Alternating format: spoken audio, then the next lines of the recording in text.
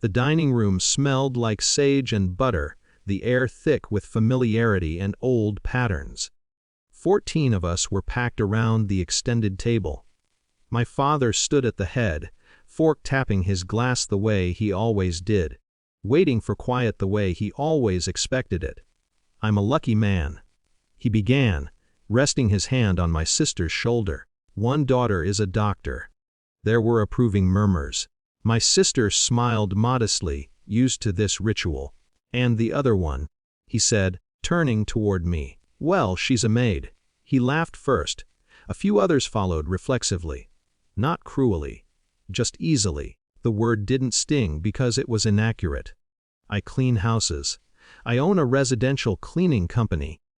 But in his mouth, maid wasn't descriptive, it was hierarchical. It was placement. My mother stood quickly. "We're proud of both our girls," she said, overly bright.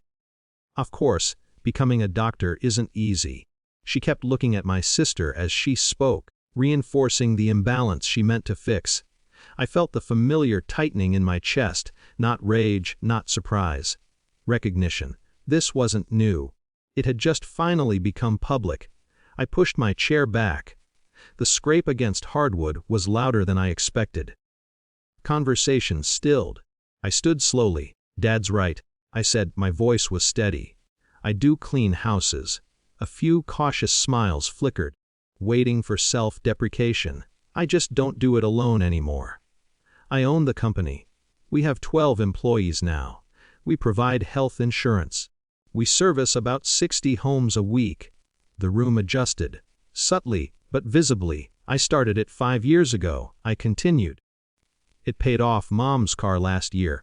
My mother's head turned toward me. She hadn't known that. "It pays my mortgage. It helped cover rent for someone in residency when her stipend was delayed." My sister looked down at her plate. "I don't have a white coat," I said, still calm. "But I built something that supports families. I'm proud of it." Silence expanded.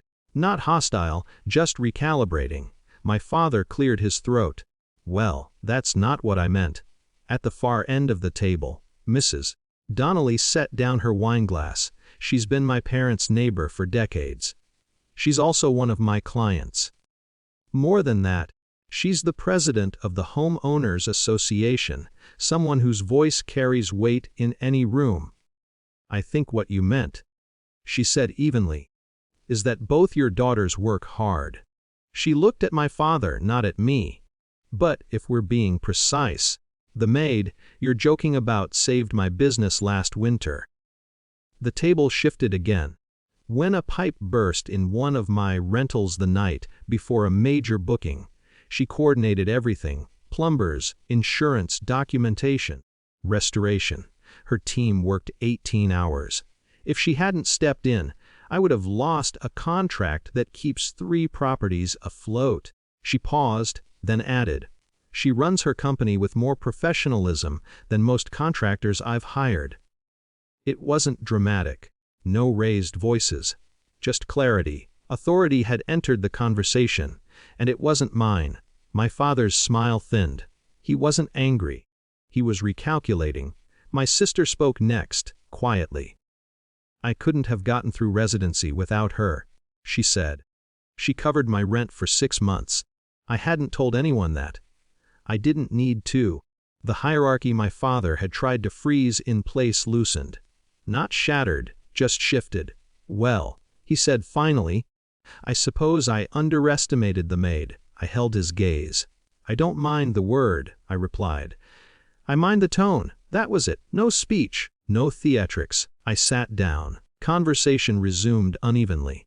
My uncle reached for the gravy. Someone asked about the pie, but my father didn't stand for another toast. He didn't try to steer the room again. Later, over dessert, he asked me, carefully, about expanding into commercial contracts. It wasn't an apology. It wasn't praise.